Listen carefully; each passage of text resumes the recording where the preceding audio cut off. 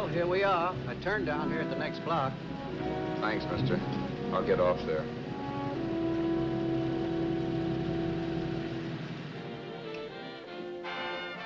Want anything else? No. Hey, you. Me? Yeah, you. It's where you heading? East. Too bad. I thought if you was heading north, I might be able to help you out. I'm pushing the Salt Lake, and I don't like to ride it alone at night. I'm one of those guys that got to talk or I fall asleep. Oh, sure, now my partner, he's got Lou to keep him company, but I ain't got nobody at all. Where you coming from? West. Yeah, sure, I know, but where, L.A.? Maybe. I got a cousin out in L.A. You don't say. Yeah, he's been out. You're not much of a talker, are you? My mother taught me never to speak to strangers. Oh, a wise guy. So what? Okay, okay, don't get sore. Just trying to be sociable, that's all. Hey, Glamorous. You change for a dime, will you?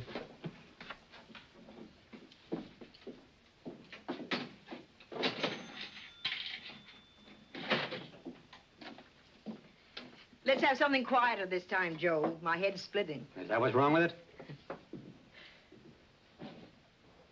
Done with your coffee? No. And don't rush me, will you?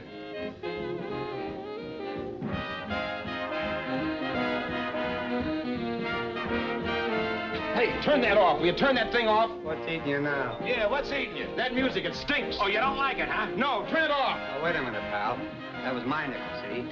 This is a free country. And I play whatever I want to. Okay. Sure, and if you don't like it, you don't have to listen to it. And you can leave here anytime you want to. Okay, okay. I'm sorry I asked. First good piece played tonight and you don't like it. Some people just ain't got any good taste.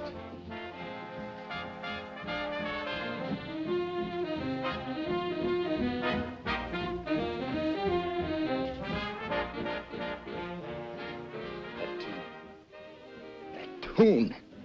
Why was there always that rotten tune? Following me around, beating in my head, never letting up. Did you ever want to forget anything? Did you ever want to cut away a piece of your memory or blot it out? You can't, you know. No matter how hard you try. You can change the scenery, but sooner or later you'll get a whiff of perfume or somebody will say a certain phrase or maybe hum something. Then you're licked again. I can't believe that you're in love with me. I used to love that song once. So did the customers back in the old Break at Dawn club in New York.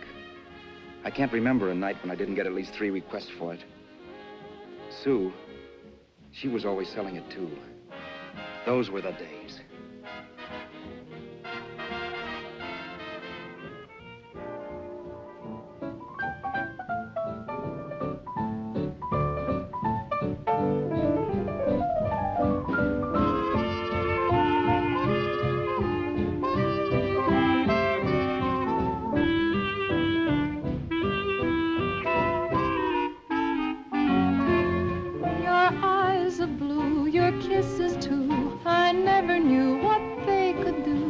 I can't believe that you're in love with me.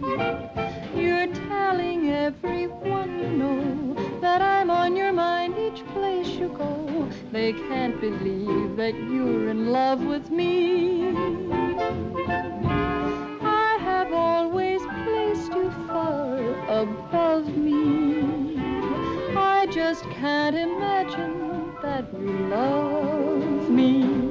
And after all is said and done, to think that I'm the lucky one, I can't believe that you're in love with me.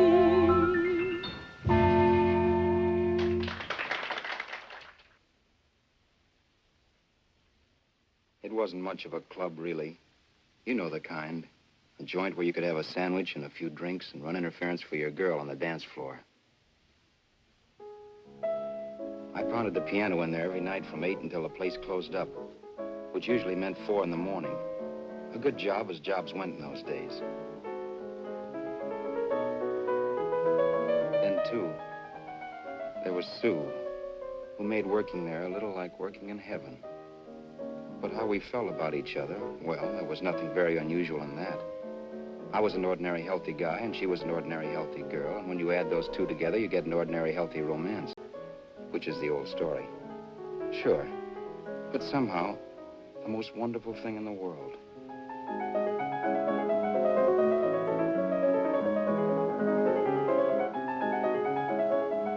All in all, I was a pretty lucky guy.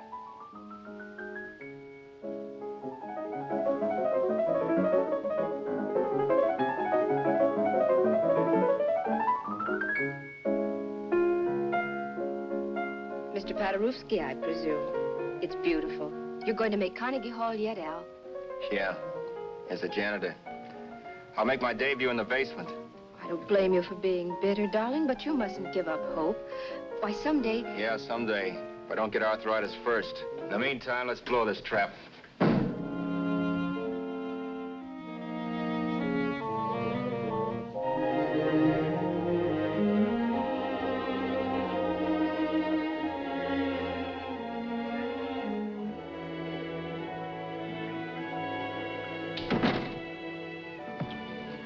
Like to get something to eat, hon? Oh, I don't think so, Al. I lose my appetite working in this flea bag. Let's go home. Okay. I can't stand much more of that dump. Did you see that drunk tonight trying to paw me? No, what drunk? Does it matter what drunk? Say, what's the matter with you tonight, darling? That's the third time you started to tell me something and then stopped. We shouldn't have any secrets from each other, Sue. Next week, we're going to make with the ring and the license. You and me will be a team. Yes, that's right.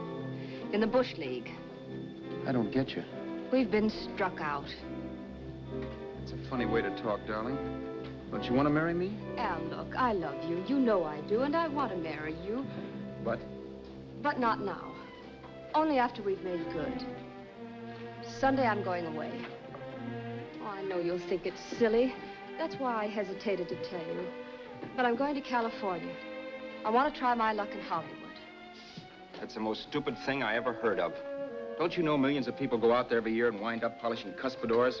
I thought you had better sense. You sound as if you don't think I have any talent. That has nothing to do with it. I'll make out all right. Maybe. But what about me? Doesn't it mean anything to you that you're busting up all our plans? We may not see each other for years? It won't be that long. I thought you loved me. I do. You know I do. Well, here we are. Al. Al, why can't you see my side of it? I'm young.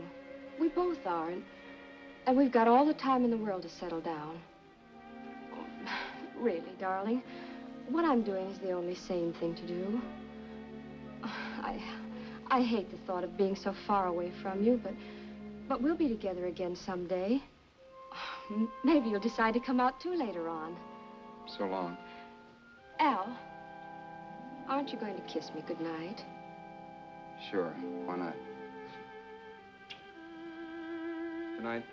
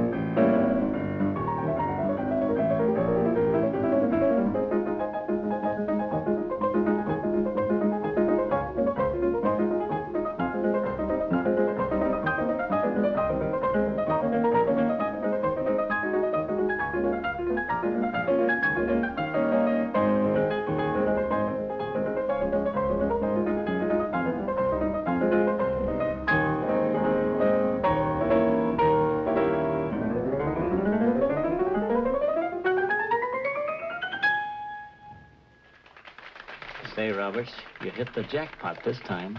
$10. Thanks.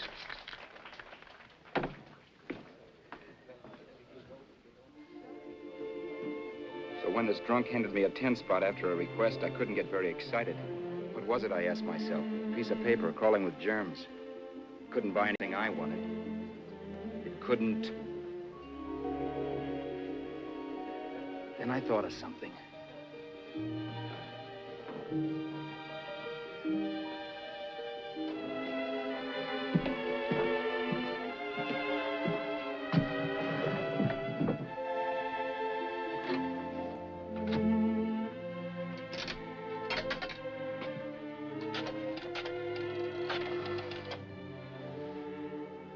Long distance.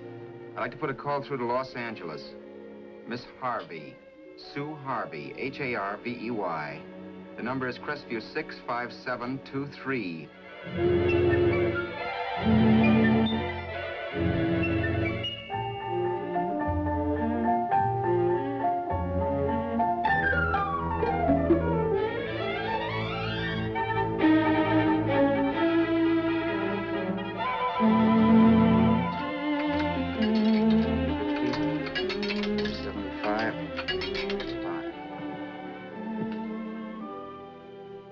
Hello, Sue?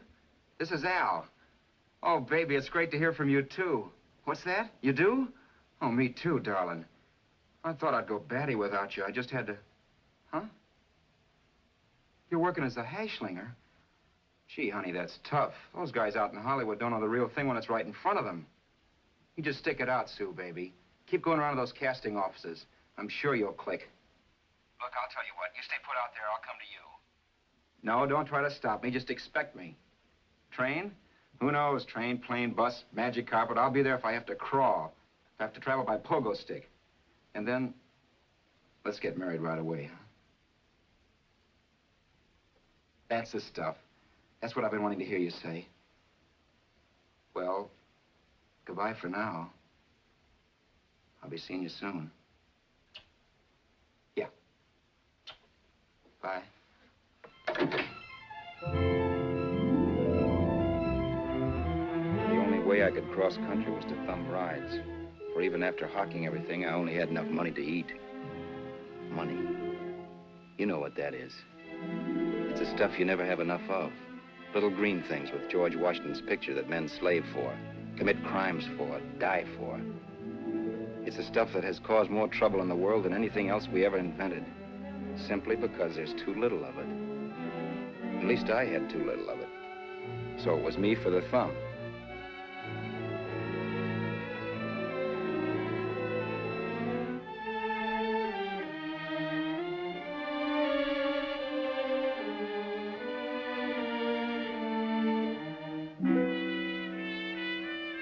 Ever done any hitchhiking?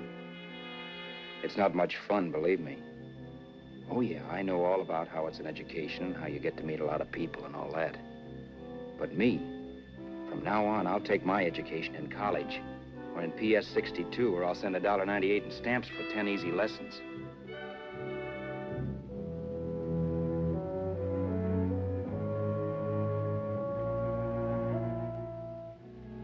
Thumbing rides may save you bus fare, but it's dangerous.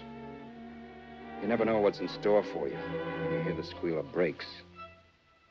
If only I had known what I was getting into that day in Arizona. Here, throw that in the back seat. Okay, let's go. Make sure that door is closed.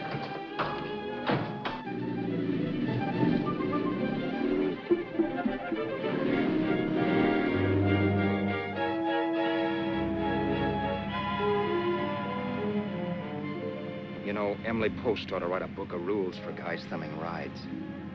Because as it is now, you never know what's right and what's wrong. We rode along for a little while, neither one of us saying anything. I was glad of that. I never know what to say to strange people driving cars. Then, too, you can never tell if a guy wants to talk. A lot of rides have been cut short because of a big mouth. So I kept my mouth shut until he started opening up. Hand me that little box in the compartment, will you, pal? Hold the wheel, will you?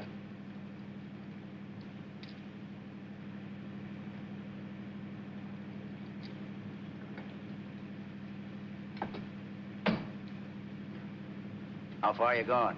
L.A. Well, you're really traveling, aren't you? Yeah, but I don't expect to make it for a couple of years at the rate I've been promoting rides. Not much luck, huh? Sure, all bad. Not many people stop for a guy these days. Afraid of a stick-up, maybe. Well, you can't blame them. Where you coming from? New York? Well, New York. You're in luck this time. I'm going all the way. Right through to Los Angeles. You drive a car? Sure. Whenever you're tired, let me know. I'll holler. I guess at least an hour passed before I noticed those deep scratches in his right hand. They were wicked. 3 puffy red lines about 1/4 inch apart. He must have seen me looking at them because he said, Beauties, aren't they? They're gonna be scars someday. What an animal. Whatever it was, it must have been pretty big and vicious to have done that. Right on both counts, New York. I was tussling with the most dangerous animal in the world. A woman. She must have been Tarzan's mate. Looks like you lost the bob. Certainly wasn't a draw. You know, there ought to be a law against dames with claws. Yeah. I tossed her out of the car in her ear. Was I wrong? Give a lift to a tomato, you expect her to be nice, don't you? Yeah. After all, what kind of dame son rides? Sunday school teachers? Yeah. A little witch. She must have thought she was riding with some fall guy. And me, who's been booking horses around racetracks since I was 20. I've known a million dames like her. 2 million. Yeah. Stopped the car, opened the door.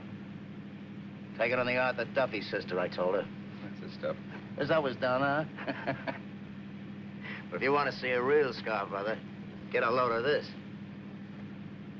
What? I got that one, Dewey. Dooley?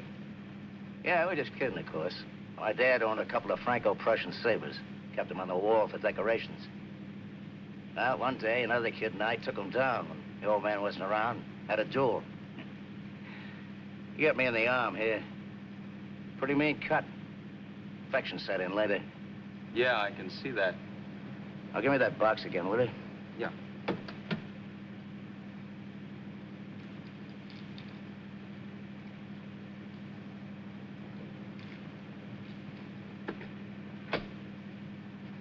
Pain made me lose my head, I guess. Began slashing. Before I knew it, I'd put the other kid's eye out. That was tough. Well, it was just an accident, of course. But you know how kids are. I got scared, decided I was going to run away from home. Old man almost caught me when I was packing my duds. The bloody rag I had wrapped around my wrist hadn't caught his attention. You've seen the bundle for sure. But I beat it when he was phoning for a doctor. That was 15, 16 years ago. I haven't been home since. Pull in there for a bite or something, huh? a bite or something.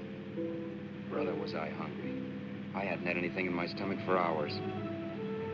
Yet even with that gnawing in the pit of my belly, I didn't want to be in too big a rush to put on the feed bag. First, I had to make sure this guy knew the score. If I got him down on me, it was goodbye ticket to Hollywood. I'll wait out here for you, mister. Well, if it's the money, don't worry about paying for it. This time it's on me. Well, that's white of you, Mr. Haskell, think nothing of it. You make your first million, maybe you can do the same for me. Come on, New York. I gotta make the West Coast by Wednesday. There's a horse running at Santa Anita named Paradicycle. Means dough to me if I'm on him. We'll make it all right. He did most of the talking during the half hour we were in the place. I ate. He rambled on about his old man, whom we hadn't heard from since he ran away as a kid. And how he happened to become a bookie. And then all about how he got rooked in Miami. One race, 38 grand. They cleaned out my book. How do you like that? That was tough luck. Yeah, and I'm supposed to be the smart guy. Well, you just wait. I'm going back to Florida next season with all kinds of jack. And you watch those stinkers run for cover. Want anything else? No, thanks. I've had plenty.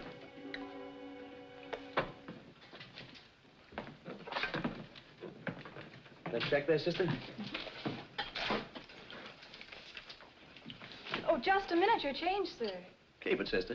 Oh, thank you, sir. Call again. I'll be waiting outside for you when you finish work. Sharp check, huh?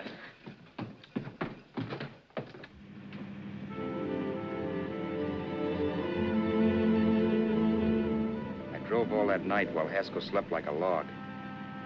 After a while, I began to get sleepy myself. I was happy, though. Soon I'd be with Sue again. The long trip was practically over, and there'd be no more hoofing it down the concrete. I began to think of the future, which couldn't have been brighter if I'd embroidered it with neon lights. It was nice to think of Sue shooting to the top. It's amazing what a full belly can do to your imagination. Your eyes of blue, your kisses too, I never knew what they could do. I can't believe that you're in love with me. You're telling everyone you know I'm on your mind each place you go. I can't believe that you're in love with me.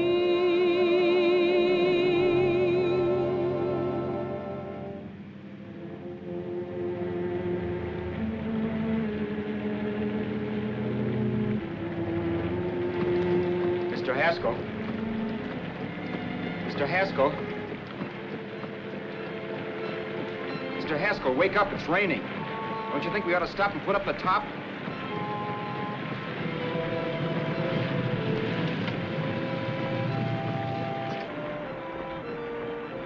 Mr. Haskell, I'm going to put up the top.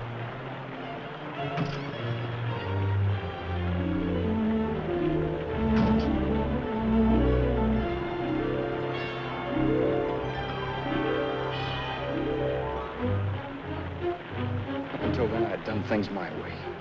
But from then on, something else stepped in and shunted me off to a different destination than the one I had picked for myself. For when I pulled open that door... Mr. Haskell, what's the matter? Are you hurt? Are you hurt, Mr. Haskell? Start your sermon. I'll listen to it. But I know what you're going to hand me even before you open your mouths. You're going to tell me you don't believe my story of how Haskell died and give me that don't make me laugh expression on your smug faces. I saw it once he was dead, and I was in for it. Who would believe he fell out of the car? Why, if Haskell came too, which of course he couldn't, even he would swear I conked him over the head for his dough. Yes, I was in for it. Instinct told me to run, but then I realized it was hopeless. There were lots of people back down the road who could identify me. That gas station guy and the waitress.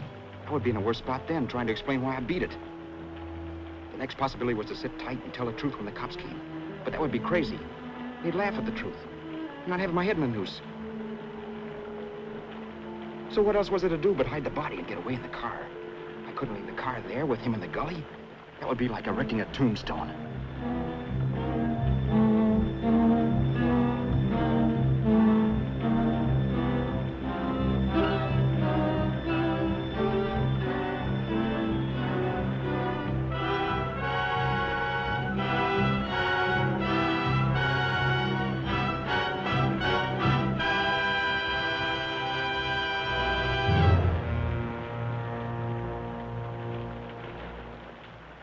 My idea was to cover him with brush, not to rob him.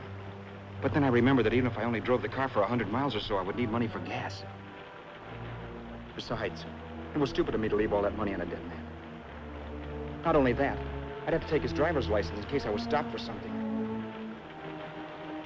I didn't like to think about it, but by that time I'd done just what the police would say I did, even if I didn't. My clothes. The owner of such an expensive car would never be wearing them. Some cop might pull me in on suspicion.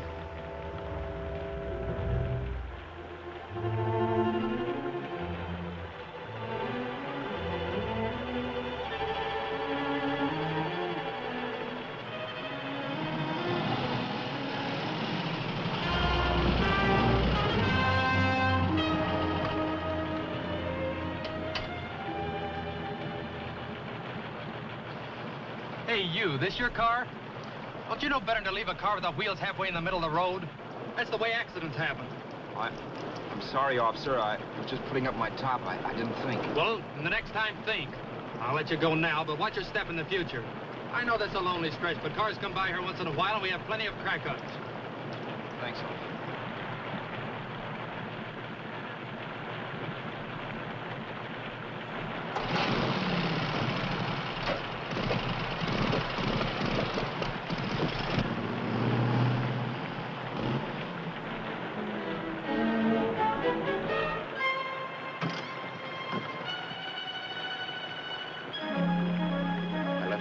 car to give me away as Roberts. If they found a dead man in the gully now, it would be me.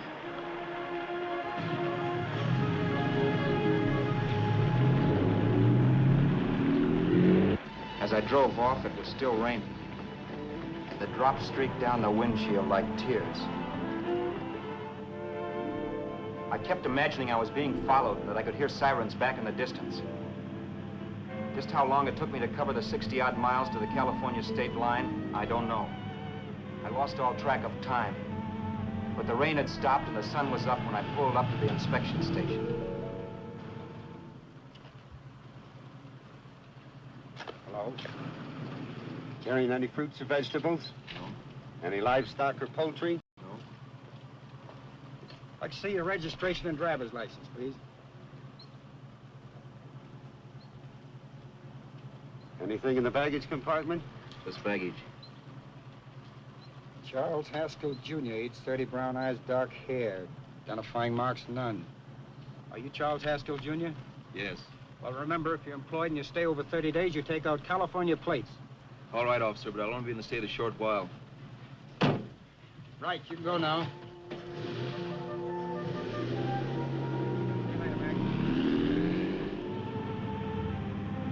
I couldn't drive any farther without some sleep. Cops or no cops, I knew I had to hit the hay and hit it hard. I was dead tired.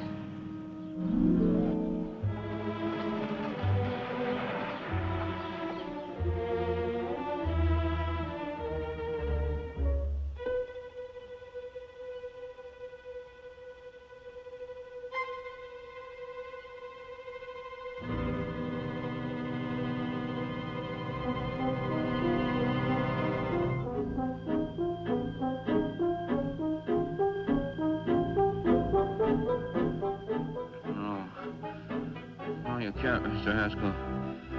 No.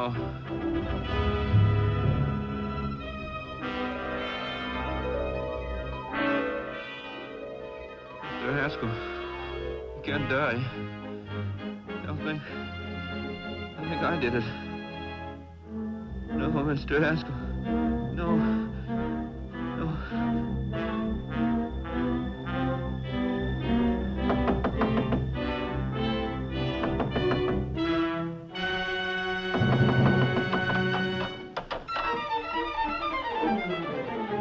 Who's there? It's the maid. Can I come in and clean? Later. In a half hour. All right, sir.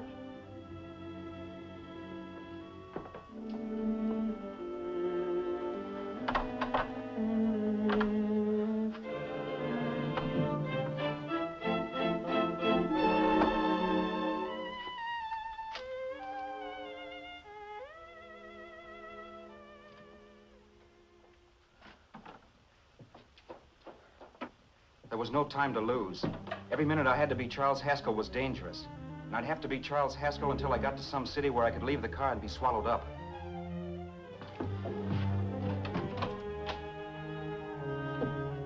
That meant driving the car as far as San Bernardino, maybe even to Los Angeles. In a little town, I might be noticed, but in a city, I should be safe enough. Then, after I ditched the car, I could go on to sue. But those 5 minutes at the state line made me realize it might be a good idea to find out a little bit about Mr. Haskell. Then, if anybody asked me questions, I could give the right answers. The first thing I found out was that I had $768.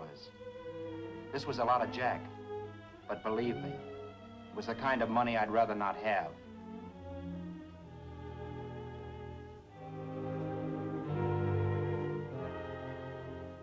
And then I found out from a letter Haskell was carting around in his bag that he wasn't the open-handed, easygoing big shot who went around buying dinners for strange hitchhikers. Before I got done reading it, I saw him more as a chiseler. It was written to his old man in California, the one he hadn't seen in so many years. In it, Haskell posed as a salesman of hymnals, of all things. It was easy to see where Haskell expected to raise a new stake for his book in Miami by rooking his old man. That was about all I found out from his effects, and it was enough. I told myself, maybe old man Haskell was lucky his son kicked off. He would never know it. but it saved him from taking a flyer in sacred literature preferred.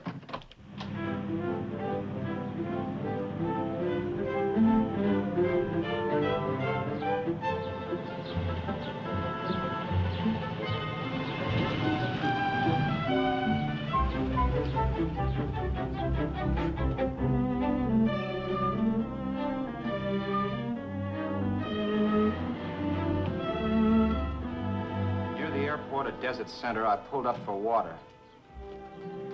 There was a woman. Hey, you! Come on if you want to ride.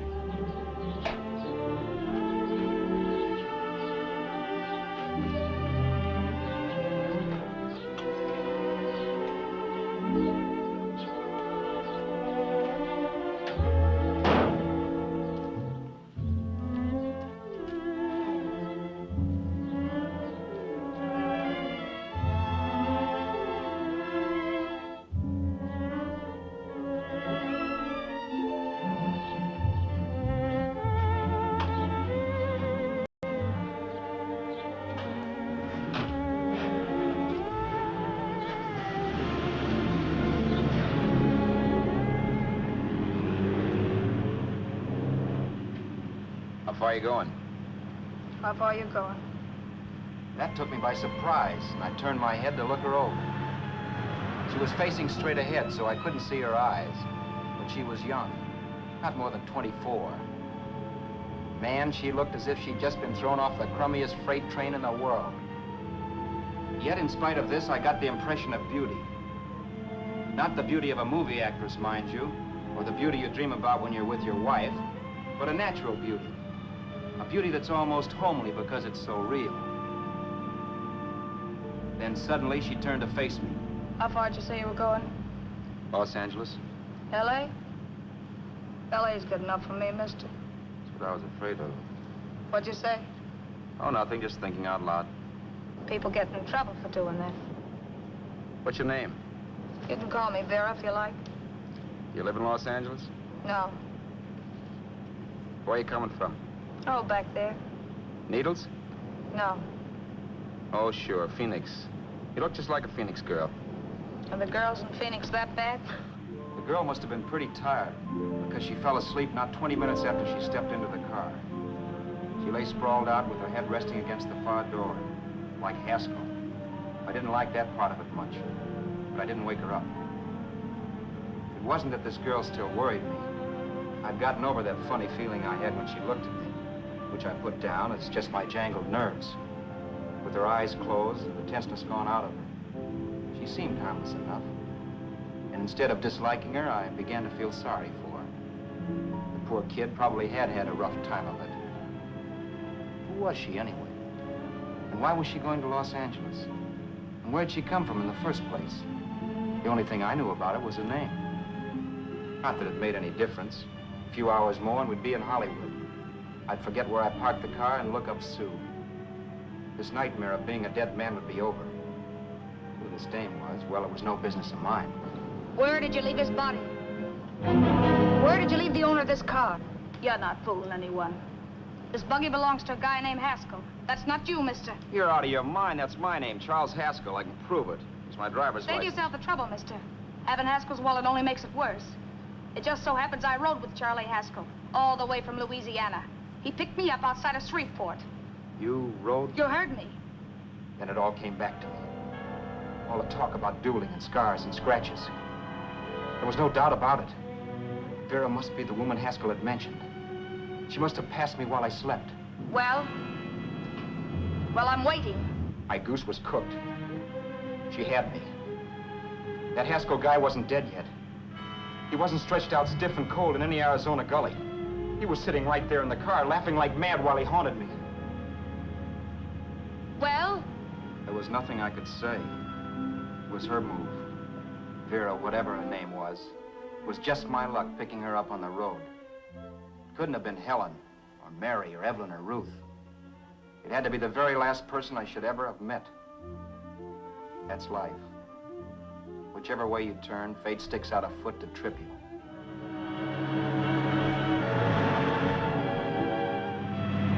I told her everything, but she didn't believe my story. I should have saved my breath. That's the greatest cock and bull story I ever heard. So he fell out of his car. Say, who do you think you're talking to, a hick? Listen, mister, I've been around, and I know a wrong guy when I see one. What'd you do, kiss him with a wrench? Now, wait a minute. What I told you was true. You see, that's why I had to do it. You think I killed him? Well, the cops would have thought so, too. Yeah, well, maybe they still think so. What makes you so sure I'll shut up about this? Girl, I'm innocent. Give me a break, will you? It won't do me any good having you pinched. The cops are no friends of mine. Now, if there was a reward, but there isn't. Thanks. Don't thank me yet. I'm not through with you by a long shot. Let's see that roll.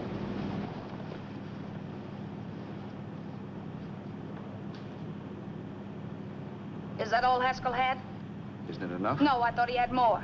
Not that I know of. You can search me. You think I'm holding out on you? Well, maybe I will at that. He told me he was going to bet $3,000 on a horse named Paradisical on Wednesday at Santa Anita. He was stringing you along. He meant 300. Maybe. Sure, $3, 300. He was a piece of cheese, a big blowhard. Listen, mister, don't try and tell me anything about Charlie Haskell. Remember, I knew him better than you did. Okay, then you knew he was a four-flusher. That explains the $3,000 bet. I'm not so sure he didn't have that $3,000. Why should I believe you? You got all the earmarks of a cheap crook. Now, wait a minute. Shut up. You're a cheap crook and you killed him. For 2 cents, I'd change my mind and turn you in. I don't like you. All right. Don't get sore. I'm not getting sore. But just remember who's boss around here. If you shut up and don't give me any arguments, you'll have nothing to worry about. But if you act wise, oh, mister, you'll pop into jail so fast it'll give you the bends. I'm not arguing. Well, see that you don't. You know, as crooked as you look, I'd hate to see a fella as young as you wind up sniffing that perfume that Arizona hands out free to murderers. I'm not a murderer. Of course you're not. Haskell knocked his own head off. He fell, that's how it happened, just like I told you. Sure, and then he made you a present of his belongings. I explained why I had to do that. Doesn't make a difference one way or another. I'm not a mourner. I liked Haskell even less than I like you. Yeah, I saw what you did to him. What do you mean? Well, scratches on his wrist. Sure, I scratched him. I'll say you did. So your idea was to drive the car a little way, maybe into San Bernardino, and then leave it. You weren't gonna sell it? Sell it? You think I'm crazy? Somebody else's car? See, all I want to do is leave it somewhere and forget I ever saw it. Not only don't you have any scruples, you don't have any brains. I don't get you. Maybe it's a good thing you met me. You'd have got yourself caught, sure. Why, you dope. Don't you know a deserted automobile always rates an investigation? Huh? Look, the cops find a car. Then they get curious. They wonder where the owner is. So, all right, they don't trace Haskell. They trace you. I never thought of that. The only safe way to get rid of the car is to sell it to a dealer. Get it registered under a new name. Say, stop at the next store. I want to get a bottle and do some shopping before we hit L.A. Okay. As soon as we find a place, I'll drop you off and pick you up later. Nothing doing. You're coming in, too. From now on, you and I are like the Siamese twins. Have it your way, but I don't get the point. The point is, I don't want you to get lost. I'm not going to beat it if that's what you're afraid of. I'll say you're not. Well, I'm going to see that you sell this car so you don't get caught. Thanks. Of course, your interest wouldn't be financial, would it? You would want a small percentage of the profits. Well, now that you insist, how can I refuse? 100% will do. Fine. I'm relieved. I thought for a moment you were going to take it all. I don't want to be a hog. A few hours later, we were in Hollywood. I was recognizing places Sue had written about. It struck me that far from being at the end of the trip, there was a greater distance between Sue and me than when I started out. Vera wasn't kidding with that Siamese twins crack. She rented a little apartment as Mrs. Charles Haskell. When I objected to this, she explained that it was on account of the car. A dealer might think something was funny if he called and found we were using different names.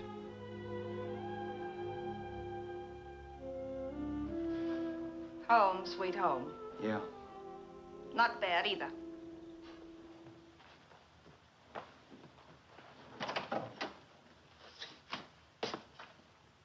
In case there's any doubt in your mind, I'll take the bedroom. Yeah. Sure is stuffy in here.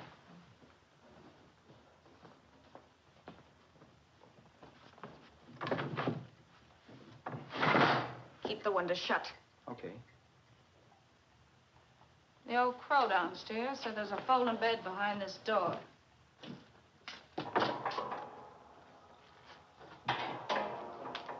You know how to work it? I invented it. Some joint. One can't have everything.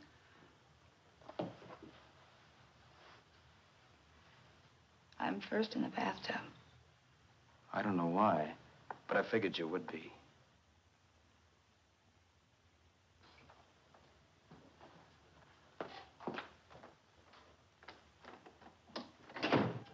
Boy, oh boy. It sure feels good to be clean again. I must be 10 pounds lighter. You must be. Well, hitching rides isn't exactly the way you keep your schoolgirl complexion. I wish that guy with the sax would give up. Gets on my nerves. Forget it. Have a drink. Aren't you afraid I might take you up on it? If I didn't want to give you a drink, I wouldn't have offered it. Why be a sorehead, Roberts? You got yourself into this thing. You should be grateful I'm not turning you in. Why, if I wasn't regular, you'd be in the pen this minute, being photographed, fingerprinted, and being pushed around by the cops. So cheer up. Get rid of that long puss. Or is your conscience bothering you?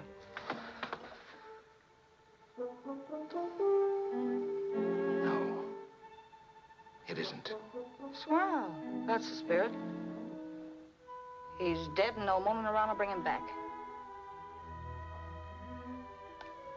Anyway, I never could understand this worrying about something that's over and done with. Now, look, Vera, for the last time, I didn't kill him.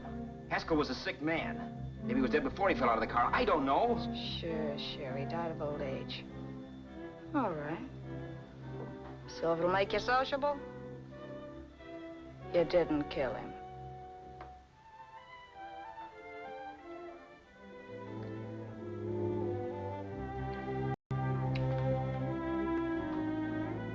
Thanks.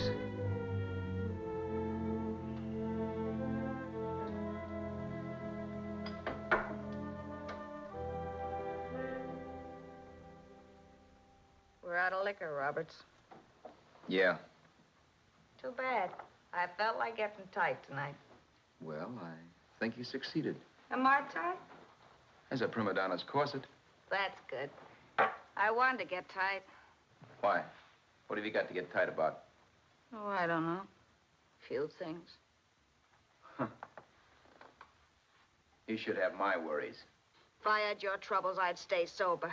And I've got the key to that door. Yeah. Maybe you're right. I'm always right. You know, I don't like your attitude, Roberts.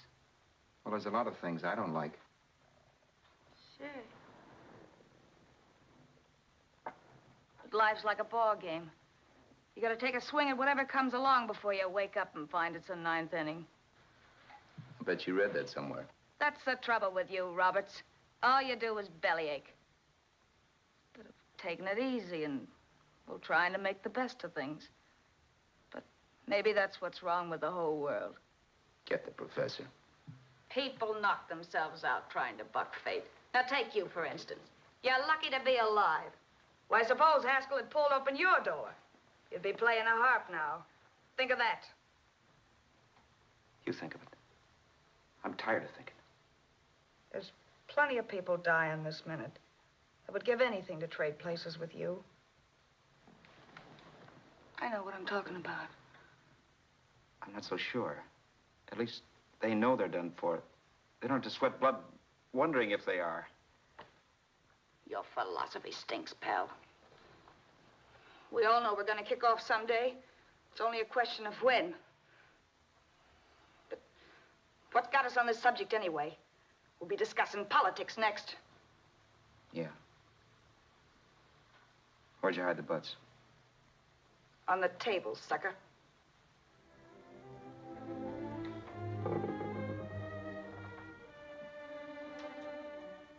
We bored each other with conversation for a couple of hours longer. Every 5 minutes, one of us was wishing we had another bottle or a radio or something to read. Then finally, we ran out of chatter. I know it's only 11 o'clock, but I want to get up early and make the rounds of the used car lots. No hurry about that. We got all the time in the world. Maybe you have, but if you think I want to stay cooped up in this place any longer than I have to, you're batty. It's not a bad place. Pay plenty for diggings like this in New York. I wouldn't like it if it was the Ritz.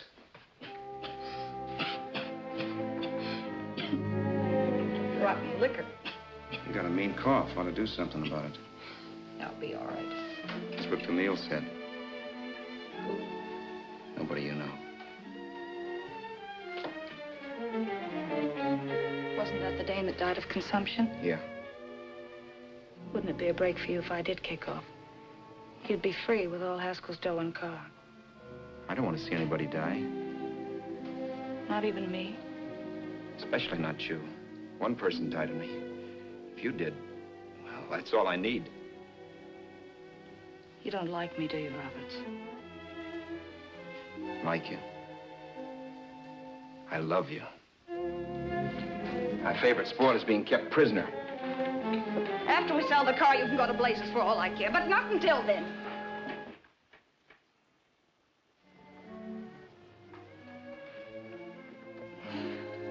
I'm going to bed.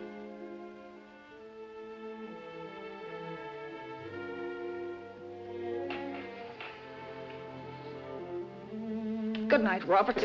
Don't try and sneak away during the night. All the doors are locked. Anyway, if I find you gone in the morning, I'll notify the police. They'll pick you up. Don't worry, I know when I'm in a spot. Well, good night. I hope that portable rack isn't too uncomfortable for you. Don't lose any sleep over it, will you, Vera?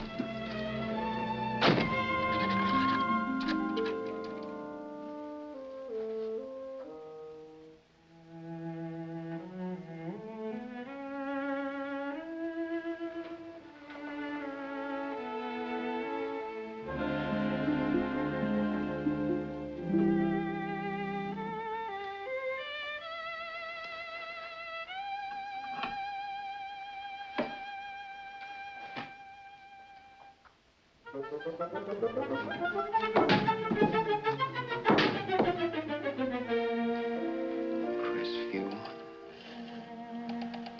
6, 5, 7, 2, 3. Hello? Hello? Hello? Hello?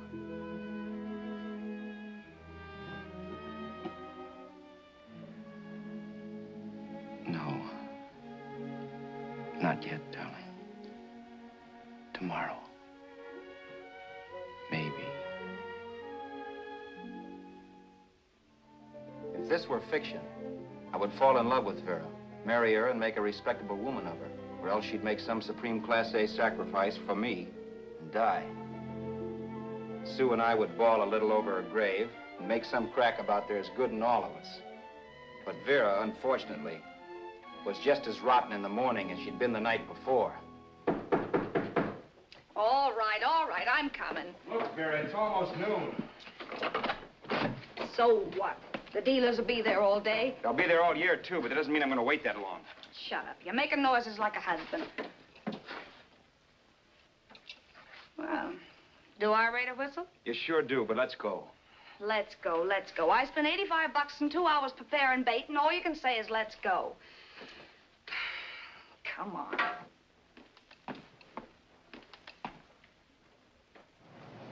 We passed a few used car lots last night down this way. What do you think we can get for this heap? I don't know. Plenty. You just let me handle everything. Think we can get $2,000? I don't know, but don't worry. I'll squeeze as much out of this guy as I can. If I let it go cheap without a fight, he might think we've stolen the car.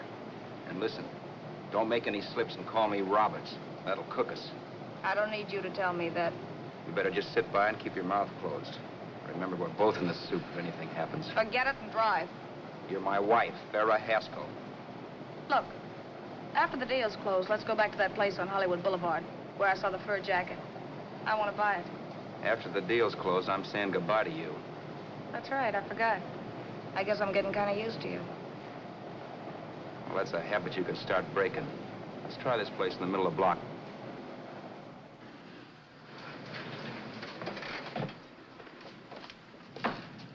Good afternoon. What can I do for you? We're interested in selling a car. If the price is right. Well, if it's in good mechanical condition, it should blue book for about $1,600. Tony, take a look at this motor. $1,600. Are you kidding?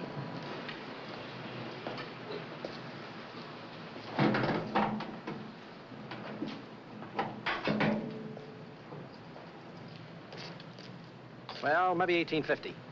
Before I let it go for $1,850, I'll wreck it and collect the insurance first.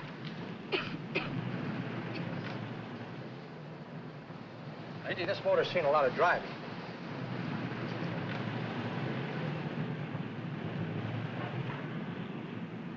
Well, the mechanic inspected the car. We haggled. At last, when we were all worn out, we hit a compromise. His price. Okay, it's a deal. All right, come in. We'll sign the papers. I have the ownership papers right here with me. Look, Vera, in the meantime, will you clean out the dash compartment? There may be some stuff in it. All right, darling. 1,850 bucks. That dirty crook.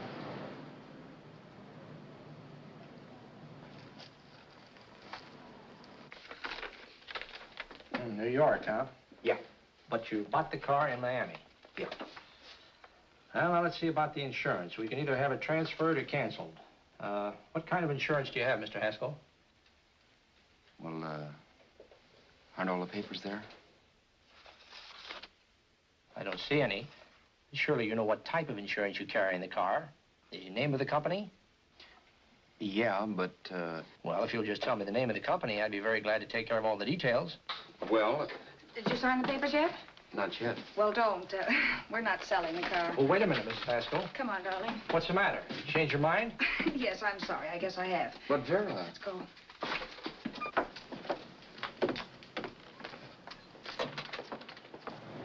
You got me out of a tight spot, Vera. But I still don't understand all this. You will in a minute. I almost threw away a gold mine. 1850 isn't to be sneezed at. The car doesn't book for as much as I thought. We're not selling the car. You want to keep it. Now, wait a minute, Vera. You said yourself I wouldn't be safe until the car was in someone else's name. I'd like to be free of this mess when I go. That's just it, Roberts. You're not going. There's a drive-in at the next corner. Pull in there and we'll get a bite to eat. And I'll explain. What is this, another one of your brilliant ideas?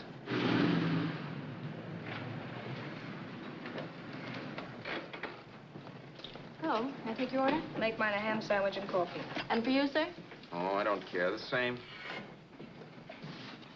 Thank you.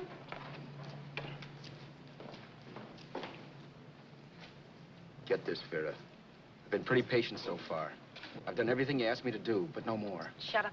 You've taken Hassel's money. And you can have the dough we get from selling the car, but you're not going to keep me a prisoner. It's a good thing I bought the paper. Take a look at that. Vera, I'm in no mood. Read that.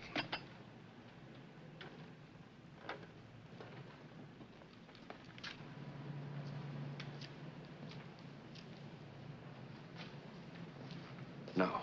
Yes. No, I won't do it. Yes, you will. You think I'm crazy? It's impossible, I tell you.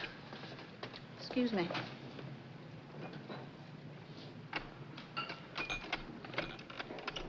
Blow the horn when you're through.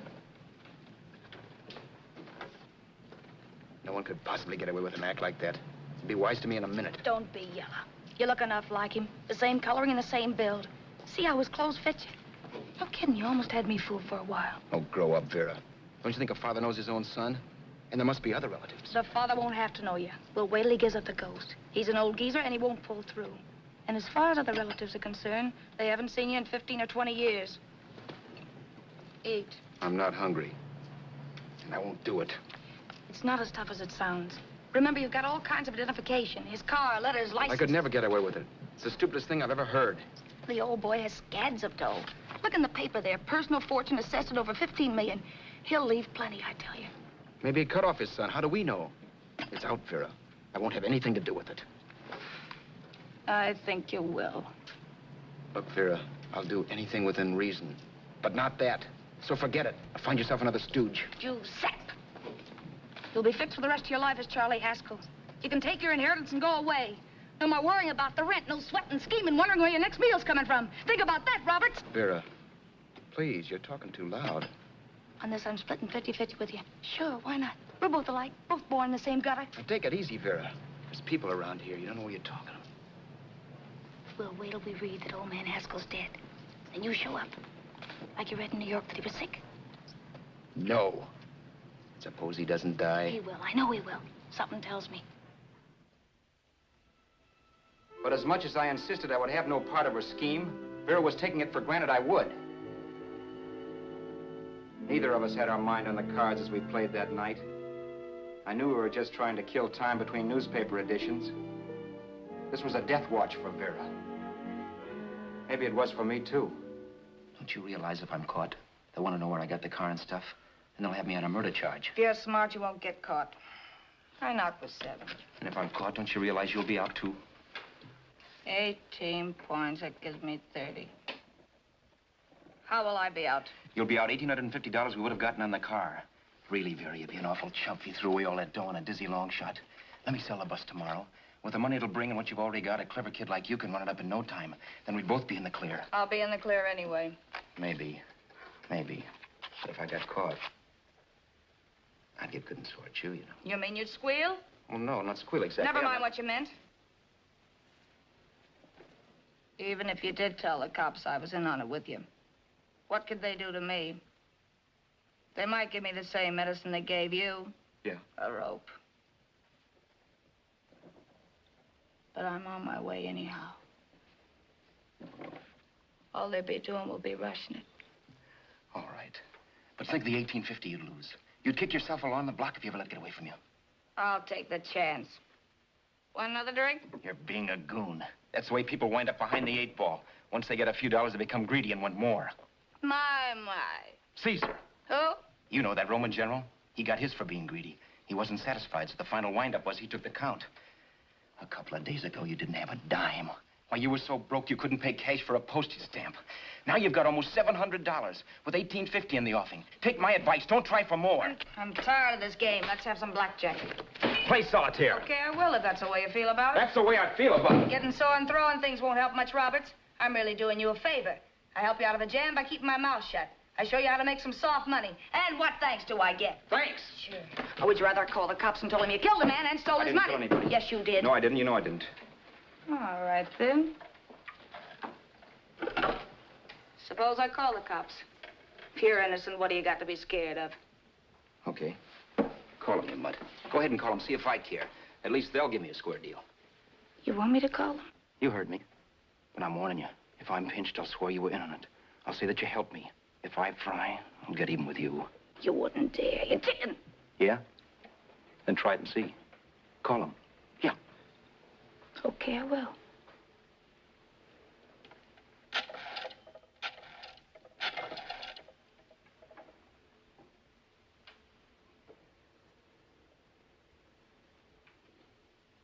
Information? I want the number of the Hollywood police station. Okay, I got it. Thanks. Wait a minute, Vera. You wouldn't do that. Wouldn't I? Give me that and I'll show you if I would. Take it easy now. Let's talk this over. This was early in the evening, and the conversation, while hectic, was at least pitched low. But as the minutes passed, and more obstacles to her plan popped into my head, the air got blue. Each word coming from our lips cracked like a whip. I reminded her that as Charles Haskell, I didn't even know my mother's name, where I'd gone to school, the name of my best friend, whether I had an Aunt Emma or not, my religion, and if I'd ever owned a dog. I didn't even know what my middle initial stood for. I also pointed out that the real Haskell had a scar on his forearm. His people never saw that scar. He told me he ran away right after putting out the kid's eye. Yeah, but his father knew he was cut. It'd have to be some kind of a mark. So what? The old man's dead, or will be. I hope by tomorrow morning's papers. Anyway, you could cut yourself a little, couldn't you? Boy, for that kind of dough, I'd let you cut my leg off. You're drunk and you're crazy mad, Vera. Turn me in if you want to, but I won't get mixed up in this. Besides, how do we know? Haskell was such a phony. Maybe he wasn't the man's son at all. Maybe he just dreamed it up. Well, dream it or not, you won't be dreaming when the law taps you on the shoulder. There's a cute little gas chamber waiting for you, Roberts. And I hear extradition to Arizona's a cinch. Where's that phone? Vera! Leave me alone. Vera! Here. I want a phone. Call police. I hate you yellow stinker. You leave me alone. I'll let you alone when you promise to leave the phone where it is. You're drunk. You don't know what you're doing. You're hurting me. Will you promise? All right.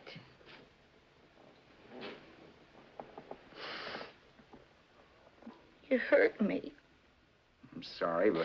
And it's hot in here. Open up a window. It's not hot. Don't tell me. Now, do you do it or do I do it? You're no gentleman, see? Yeah. All right. I'll open up the window. Vera!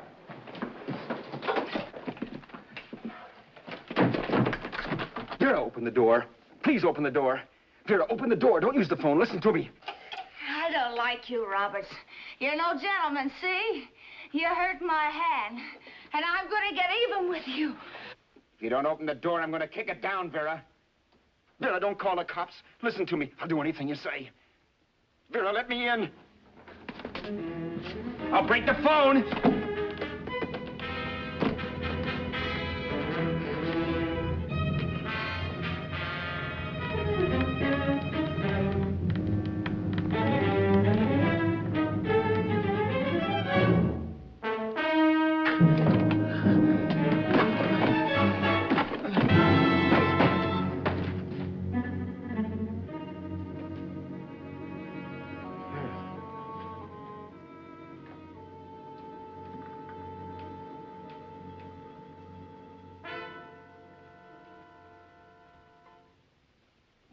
The world is full of skeptics.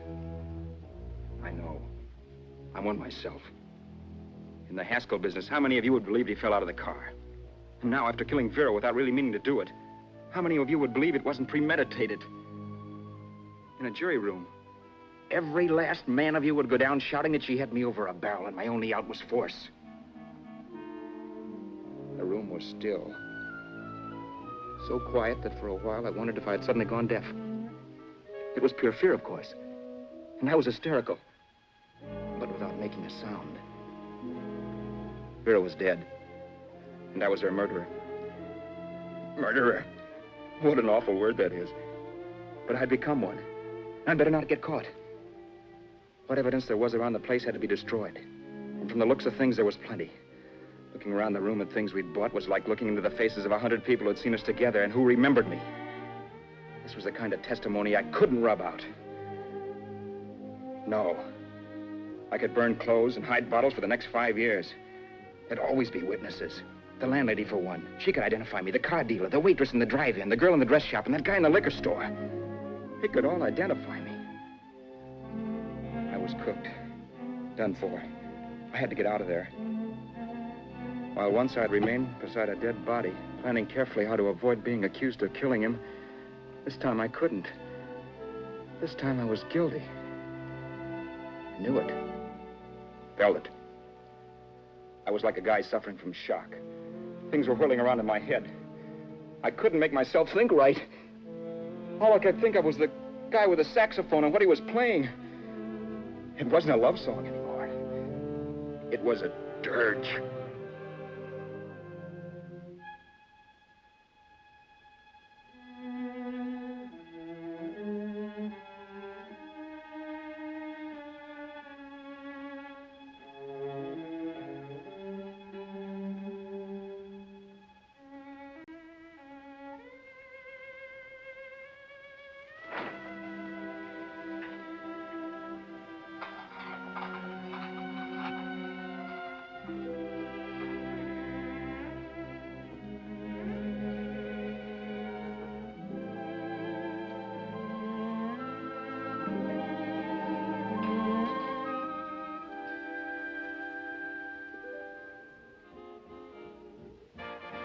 My problems weren't solved. I had to stay away from New York for all time because Al Roberts was listed as dead and had to stay dead. And I could never go back to Hollywood. Someone might recognize me as Haskell. Then, too, there was Sue. I could never go to her with a thing like this hanging over my head. All I could do was pray she'd be happy.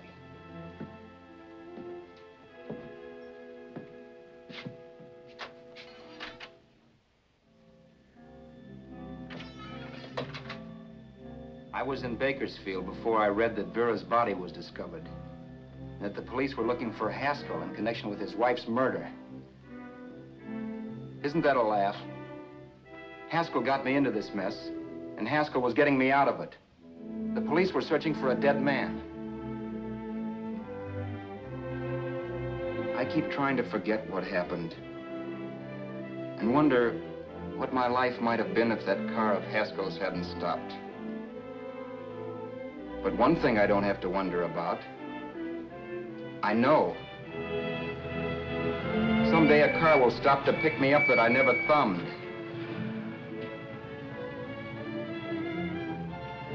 Yes.